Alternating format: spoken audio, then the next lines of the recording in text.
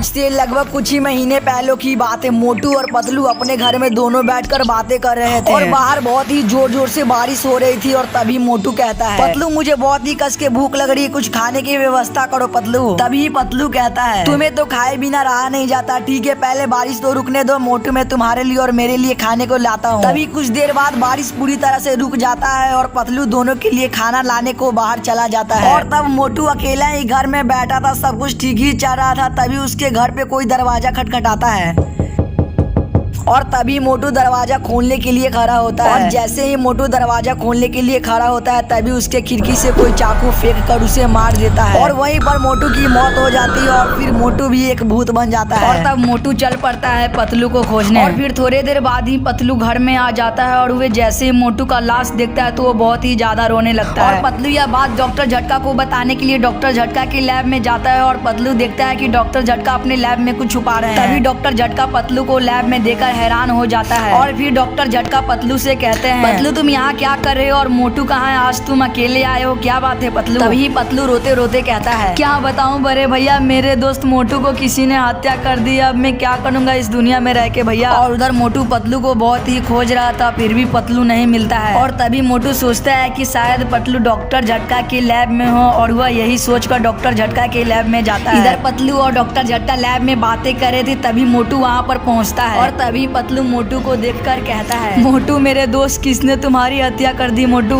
तभी मोटू कहता है, मेरा खून किसने किया। तभी पतलू कहता है, मोटू मैं तो तुम्हारा बहुत ही करीबी दोस्त हूँ, मैं तुम्हारा खून कैसे कर सकता हूँ मोटू। वैसे मोटू तुम्हारी खून किस दिन हुई थी तुम मुझे बताओ मोटू, मैं चिंगम सर को बताता हूँ और फिर वो तुम्हारे कातिल को पकड़ लेंगे मोटू। तभी मोटू कहता है, हाँ मुझे 30 फरवरी को मेरे पेट में चाकू मार के किसी ने मुझे मार दिया, सच सच बताओ मुझे किसने मारा। तभी डॉक्टर झटका कहते हैं, 30 फरवरी को तो मैं अपने लैब में काम कर रहा था, मुझे नहीं मालूम कि तुम्हें किसने मारा। तभी पतलू कहता है, मुझे कुछ याद नहीं आ रहा है मोटू। तभी मोटू कहता है, हाँ मुझे पता चल चुका है मुझे किसने मारा। तो दोस्तों क्या आपको पता चला कि मोटू को किसने मारा? अगर हाँ तो आपका समय शुरू होता है अब।